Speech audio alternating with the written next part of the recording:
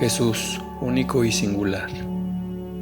Amado Padre Celestial, gracias porque te has revelado en la persona de Jesucristo, lleno de gracia y verdad, por ayudarme a comprender que Jesús es mi único Salvador, que ha venido a darme luz y a transformar mi vida. Quiero tener un entendimiento más profundo de lo que significa ser tu hijo. Ayúdame a tener la claridad para decirle a otros quién es Jesús y cómo pueden conocerle. Amén y amén. Escuchemos la palabra de Dios. En el principio era el Verbo, y el Verbo era con Dios, y el Verbo era Dios. Este era en el principio con Dios. Todas las cosas por Él fueron hechas, y sin Él, nada de lo que ha sido hecho fue hecho.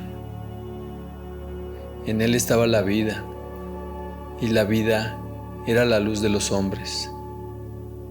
La luz en las tinieblas resplandece, y las tinieblas no prevalecieron contra ella. Juan capítulo 1, versos del 1 al 5. Reflexionemos. Todo el Evangelio de Juan es una respuesta a la pregunta que muchos se hacen: ¿quién es Jesús? La respuesta de Juan es: Jesús es Dios, es singular y único. El propósito de Juan es llevarnos a creer y a tener una comunión con Dios por medio de Jesucristo. Por eso es necesario entender quién es. Es la palabra única de Dios.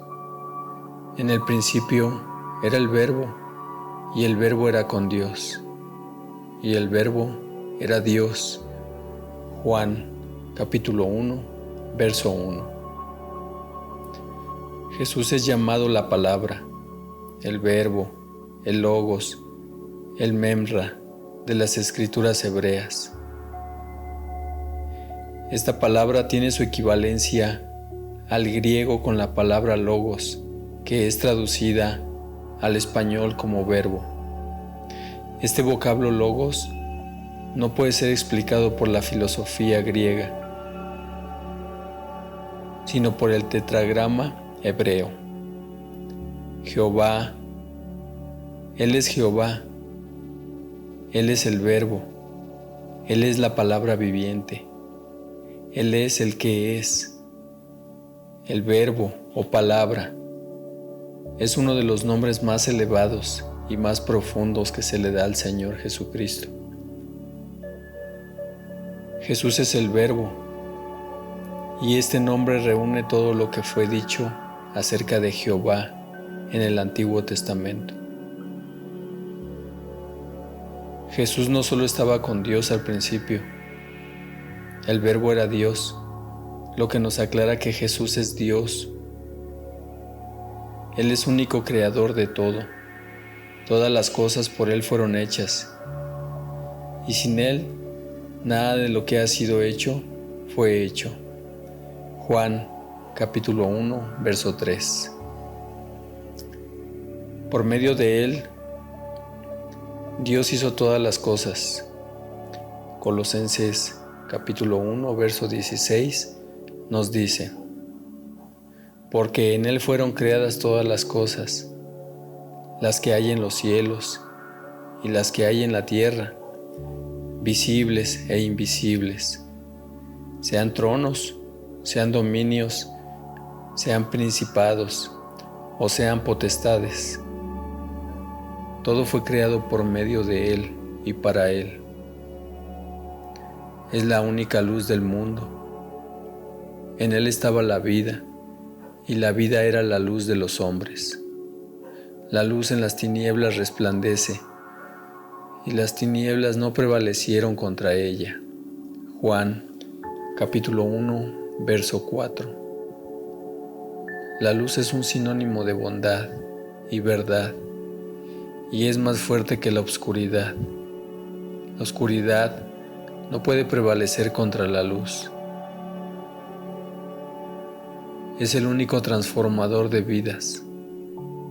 Mas a todos los que le recibieron, a todos los que creen en su nombre, les dio potestad de ser hechos hijos de Dios, los cuales no son engendrados de sangre, ni de voluntad de carne, ni de voluntad de varón, sino de Dios.